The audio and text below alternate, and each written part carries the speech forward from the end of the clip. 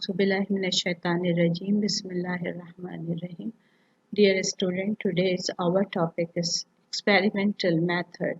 जैसा कि आपको मालूम है, हमने अपने पिछले लेक्चर में बेसिक रिसर्च मेथड के हवाले से पॉइंट्स पढ़ना शुरू किए थे और जिसमें पहला हमारा पॉइंट था एक्सपेरिमेंटल मेथड।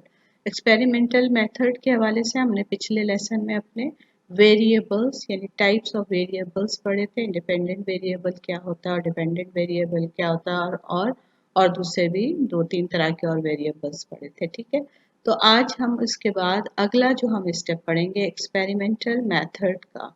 अपने बेसिक रिसर्च मेथड में जो एक्सपेरिमेंटल मेथड है उसका जो हम आज पढ़ेंगे अगला पॉइंट वो ये है कि एक्सपेरिमेंटल डिज़ाइन। अब जब हम कोई एक्सपेरिमेंट करते हैं तो उसमें हमारे लिए एक्सपेरिमेंटल डिज़ाइन भी हमें देखना पड़ता है कि हम किस तरीके से एक्सपेरिमेंट करेंगे। ठीक है, और तो एक्सपेरिमेंटल डिज़ाइन क्या होता है? The way that participants are used in different levels of the independent variable is called the experimental design. They may allocate it to all or only one of the level of the individual variable.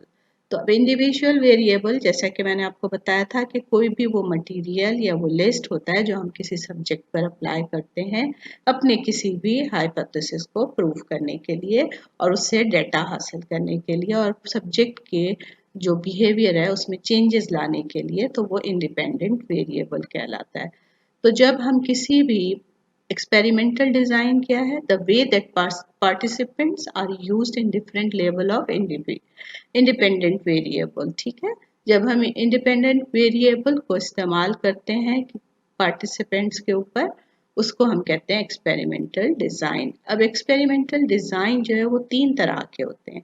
The 3 experimental design are कौन कौन से होते हैं? Number 1 independent measure design, number 2 repeated measure design and number 3 matched pairs design. ठीक है, जब हम कोई एक्सपेरिमेंट करते हैं तो हमें एक पैटर्न बनाना होता है, एक डिज़ाइन बनाना होता है जिसको हम फॉलो करते हुए अपना एक्सपेरिमेंट सर अंजाम देते हैं। ठीक है, इंडिपेंडेंट मेजर्स डिज़ाइन यानी इंडिपेंडेंट मेजर डिज़ाइन अब क्या होता है? In an independent measure design, a separate group of participants is used for each experimental condition or level of the independent variable. तो क्या होता है इंडिपेंडेंट मेजर? क्या होता है कि हम उसमें अलहदा से एक ग्रुप को या एक सब्जेक्ट को लेते हैं और उसको जो है वो एक ख़ास कंडीशन में एक्सपेरिमेंटल कंडीशन में उसको मेजर करते हैं या उसकी जो है किरदार को जांचते हैं। ठीक है, एक और वो इंडिपेंडेंट वेरिएबल को हम उस पर इस्तेमाल करते हैं। This mean that the data और each level of the independent variable is independent because it is not related to any other data. It has come from different people. अब अलग-अलग से हम सब्जेक्ट भी लेते हैं, इंडिपेंडेंट सब्जेक्ट लेते हैं और उनको अलग-अलग से हम मेजर करते हैं। ठीक है, तो जो है ये हमारा इंडिपेंडेंट वेरिएबल, ये हमारा इंडिपेंडेंट मेजर डिज़ाइन कहलाता है। So in short, an independent measure design in which a different group of participants are is used for each level of the independent variable or condition. तो independent measure design क्या है कि हम different groups को या different subjects को मुख्तलिफ level जो होते हैं इंडिपेंडेंट वेरिएबल के या कंडीशंस जो होते हैं उसमें इस्तेमाल करते हैं. This design is good because the participants sitting once or respond to clues that them the aim of the experiment. अब जो ये सबसे बेहतर समझा जाता है ये डिज़ाइन जब हम एक्सपेरिमेंट करते हैं, क्योंकि इसकी ये खूबी है कि इसमें एक दफ़ा आप सब्जेक्ट को या सब्जेक्ट के ग्रुप को पार्टिसिपेंट्स को बिठाते हैं और उनका उसके रिस्पॉन्सेस जो होते हैं उसको मेजर करते जाते हैं और जो हम चाहते हैं कि हम कोई एक्सपेरिमेंट करें तो उसके रिजल्ट हमें जिस तरह से हासिल हो वो क्या कहलाते हैं? Demand characteristics. जैसे कि मैंने आपको पिछली दफ़ा बताया था कि हम मीनिंगफुल वर्ड्स और मीनिंगलेस वर्ड्स को अगर एक्सपेरिमेंट करते हैं कि कौन सी वर्ड्स ज़्यादा टाइम लेते हैं, तो वो हमारे पास जो भी रिजल्ट आएंगे, अगर हम इंडिपेंडेंटली अलग अलग सब्जेक्ट को बुलाकर एक ही दफ़ा वो लिस्टें उनको याद करवाएं और उनका टाइम मेजर करें, तो हमें वाज़े तौर पर पता चल जाएगा कि मीनिंगफुल वर्ड्स जो होते हैं वो जल्दी याद हो जाते हैं। ठीक है ना। तो ये क्या कहलाएगा, जब हमें हमारी डिमांड के मुताबिक, हमारे हाइपोथेसिस के मुताबिक जब हमें रिजल्ट मिलना शुरू होते हैं, तो वो क्या कहलाता है, demand characteristics. One problem is that there might be individual differences between participants that could influence the findings। और हो सकता है, इसमें ये भी हो सकता है कि आपके जो है इंडिविजुअल डिफरेंसेस का जो है फर्क आपके रिजल्ट पर नजर आता हो, लेकिन ये है कि ये फिर भी एक बेहतर डिजाइन कहलाता है। This risk can be reduced by the random allocation of participants to different conditions। और हम ये जो इंडिविजुअल डिफरेंसेस की जो प्रॉब्लम्स है या उसका इन्फ्लुएंस है उसको कम कर सकते हैं हम रेंडमली पार्टिसिपेंट्स को डिफरेंट कंडीशंस में जज करते हुए। This separates possible difference between individual across the level of the independent. हो सकता है इसको हम, ये पॉसिबल है कि हम इसको जो है इंडिविजुअल डिफरेंसेस के बीच में इसके इंडिविजुअल डिफरेंसेस को हम कम कर सकते हैं हम अगर अपने इंडिपेंडेंट वेरिएबल के लेवल को जो है वो बिल्कुल बराबर रखें या उसको ज़्यादा स्ट्रांग बनाएं, तो वो इंडिविजुअल डिफरेंसेस को कम से कम कर सकता है। तो इंडिपेंडेंट मेजर डिज़ाइन ये होता है जिसको हम के इस्तेमाल करते हैं किसी भी एक्सपेरिमेंटल कंडीशन में। दूसरा तरीक़ाकार क्या है इसका एक्सपेरिमेंट्स करने का, repeated measure design. In a repeated measure design, the same group of people participants in every level of the individual variable, independent variable, to help you to remember, think of the participant repeating their performance under different conditions। ठीक है, तो अब क्या हुआ कि repeated major simple सी बात है कि एक ही ग्रुप को मुख्तलिफ कंडीशंस में हम मुख्तलिफ लेवल पर बार बार मेजर करते हैं, उनके जो रिस्पॉन्स है उसको मेजर करने के लिए उनको डिफरेंट कंडीशंस में से गुजार कर और एक ही जैसी चीज़ को हम बार बार इस्तेमाल करते हैं, रिपीटेड मेजर कहलाता है। यानी हम बार बार उसको इस्तेमाल करते हैं अपने इंडिपेंडेंट वेरिएबल को और उसको फिर जो है हम उस पर परफॉर्मेंस देखते हैं कि डिफरेंट कंडीशन में हमारे सब्जेक्ट की परफॉर्मेंस क्या रही। ठीक है, हो सकता है कि हम अपने सब्जेक्ट को किसी लेबोरेटरी के अंदर बंद कमरे में बिठाकर कोई लिस्ट याद करवाएं, हो सकता है कि कंडीशन चेंज कर दें, हम उसको ऐसी जगह पे बिठा के याद करवाएं जहाँ पर और लोग भी जो है आ रहे जा रहे हैं, वो उसका असर भी पड़ सकता है। लेकिन हम एक ही लिस्ट को बार बार रिपीट करते हैं डिफरेंट कंडीशन में, तो ये क्या कहलाएगा, रिपीटेड मेजर डिजाइन।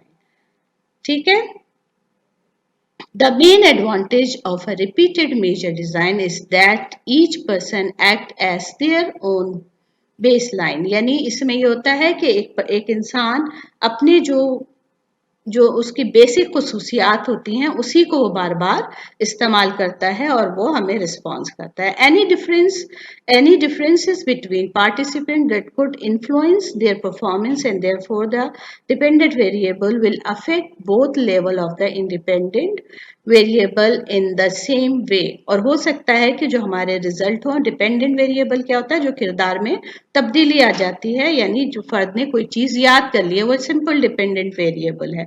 तो हो सकता है कि बार बार रिपीट करने से हमारा डिपेंडेंट वेरिएबल की परफॉर्मेंस बेहतर हो जाती है और जो हमारा इंडिपेंडेंट वेरिएबल होता है हम उसको सेम वे में सेम तरीक़ेकार से बार बार इस्तेमाल करते हैं। तो ये आपको समझ में आ गया कि रिपीटेड मेजर डिज़ाइन क्या होता है। ठीक है, अब क्या है इसी में रिपीटेड में और क्या चीज़ आ जाती है, individual differences are called participants variables. और जो इंडिविजुअल डिफरेंसेस होते हैं इंसान के, क्या होते हैं कि उसकी पर्सनैलिटी के और वो मुख्तलिफ पार्ट्स होते हैं, वो हो सकता है बहुत इंटेलिजेंट हो, बहुत जल्दी याद कर लेता हो, या उसका एज क्या है, उसका जेंडर क्या है, ये सब क्या चीज़ कहलाती है, पार्टिसिपेंट्स वेरिएबल कहलाते हैं। ये इंडिविजुअल डिफरेंसेस होते हैं। ठीक है, these variable such as age, gender, personality और intelligence can affect scores on the dependent variable. तो पार्टिसिपेंट्स के जो वेरिएबल्स होते हैं या पार्टिसिपेंट्स के जो इंडिविजुअल डिफरेंसेस होते हैं वो डिपेंडेंट वेरिएबल्स पर असरअंदाज होते हैं. Repeated performance could cause participants to improve because they have encountered the task before a practice effect. और इसका ये भी हो सकता है कि जब हम बार बार रिपीट करते हैं एक ही तरह के इंडिपेंडेंट वेरिएबल्स को तो स्टूडेंट जो सब्जेक्ट होता है उसका जो रिस्पॉन्स होता है उसमें प्रैक्टिस की वजह से उसके इफेक्ट्स हमें नजर आने लगते हैं, डेफिनेटली नजर आते हैं. This matters because participants who were tested on a condition second would be perform better than those who did it first. First, repetition might make performance worse. अच्छा, अब वो लोग जिनके ऊपर हमने बार बार किया, एक रिपीट किया तो उनकी परफॉर्मेंस डेफिनेटली बेहतर होगी उन लोगों के मुकाबले में जिन्होंने एक ही दफा किसी एक्सपेरिमेंट को किया है, ठीक है ना. परहैप्स इफ दे बोर्ड और टायर्ड फिटिक इफेक्ट्स, और हो सकता है कि हम बार बार जब एक ही तरीक़ाकार को इस्तेमाल करें तो हमारे जो सब्जेक्ट हैं उनके ऊपर एक और इफेक्ट पड़े जो कि फिटिक इफेक्ट्स कहलाता है, यानी थकन के असरात हमें उसमें नजर आते हैं. Practice and fatigue effects are the consequences of participating in a study more than once.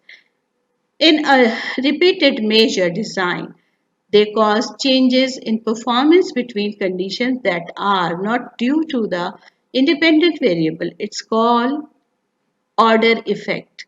तो अब जब हम बार बार एक ही चीज़ को रिपीट करते हैं और बार बार उसकी वजह से जो परफॉर्मेंस में चेंजेस आते हैं मुख्तलिफ कंडीशंस के दौरान, वो क्या कहलाते हैं, जो कि इंडिपेंडेंट वेरिएबल की वजह से चेंजेस नहीं होते बल्कि माहौल में मौजूद या दूसरी चीजें जब इंसान पे इफेक्ट करती हैं तो उसको क्या कहा जाता है, ऑर्डर इफेक्ट्स. ठीक है, तो ये सारी टर्मिनोलॉजी जो है वो इस्तेमाल होती है जब हम रिपीटेड मेजर डिजाइन को यूज करते हैं. ठीक है, और किसी भी एक्सपेरिमेंट को हम यूज करते हैं.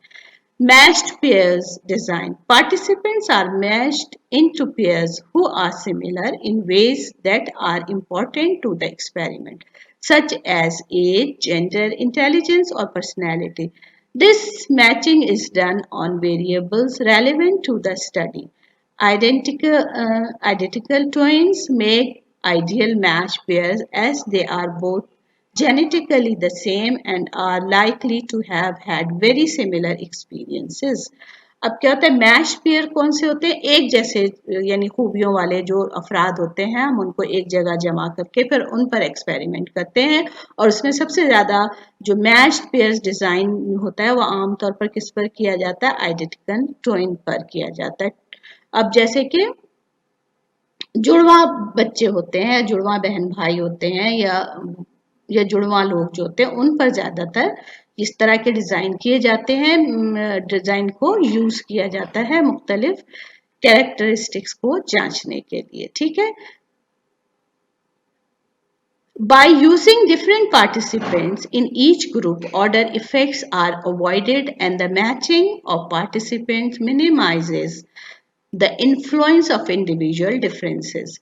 और अगर हम आइडेंटिकल ट्विंस को ना लें तो उसकी जगह पे फिर क्या होता है कि हम बहुत सारे एक जैसे क्वालिटीज के लोगों को जो है वो इकट्ठा करते हैं और फिर उन पर मैच्ड पेयर डिज़ाइन को अप्लाई करते हैं. जैसे एक जैसी जिसमें कि उम्र एक जैसी उम्र है, जेंडर सेम हो, उम्र सेम हो, जेंडर सेम हो, थोड़ा सा उनकी पर्सनैलिटी की जो क्वालिटीज़ हैं वो सेम हो और एक ही लेवल के जो है वो सब्जेक्ट्स हों, ये सारी चीज़ें इसमें मेजर की जाती हैं. तो ये तरीक़ाकार कहलाता है मैच्ड पेयर्स डिज़ाइन. ठीक है, अब यह है कि एक्सपेरिमेंटल डिज़ाइन में इंडिपेंडेंट मेजर्स की क्या स्ट्रेंथ है और क्या वीकनेसेस हैं, ये आपकी समझ में आ गई होंगी. स्ट्रेंथ ये है कि डिफरेंट पार्टिसिपेंट्स, इंडिपेंडेंट मेजर में क्या है कि different participants are used in each level of the independent variable, so they are no order effects. Participants see only one level of the independent variable, reducing the effect of demand characteristics.